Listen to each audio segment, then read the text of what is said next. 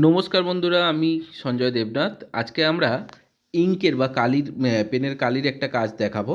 তো প্রথম সোজা দেখেই দেখাচ্ছি, প্রথমবার যেহেতু, তাই আমরা প্রথমে ড্র করে নেব। দেখো যেমনটি করে করছি, একটা জাহাজ আঁকবো জাস্ট, আর কিছুই না। যেমনটা করে করছি তেমনটা করেই করবে, দেখে নাও ভালো করে।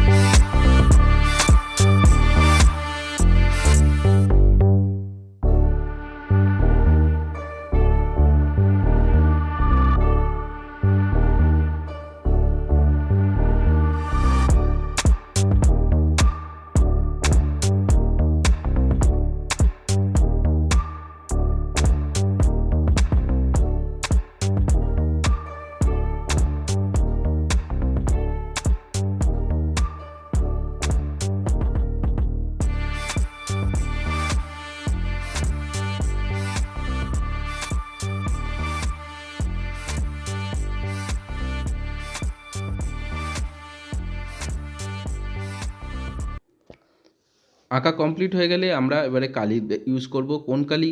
ফাউন্টেন পেনের কালি ইউজ করতে পারি, বা অন্য কোনো কালি ইউজ করতে পারি। আমরা ক্যামেলের ফাউন্টেন পেনের কালি ইউজ করছি।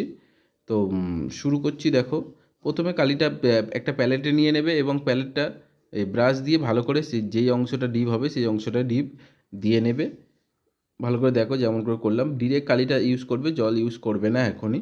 নিচের অংশটাতে আমরা জল ইউজ করব। প্রথমে জল দিয়ে ভিজিয়ে নেবো নিচের অংশটা, জল দিয়ে ভিজিয়ে নেবো। নেওয়ার পর নিচ থেকে কালি দেবো, ডিপ থেকে লাইট হয়ে যাবে। আর এমনি এছাড়া যেখানে যেখানে ডিপ হবে সেখানে সেখানে আমরা ডিপ পুরো ডিরেক্ট কালি দিয়ে ভর্তি করে দিচ্ছি। বাকি কাজটা পেনের কাজ করব। ভালো করে দেখো, যেমনটা করছি তেমনটাই করবে বন্ধুরা।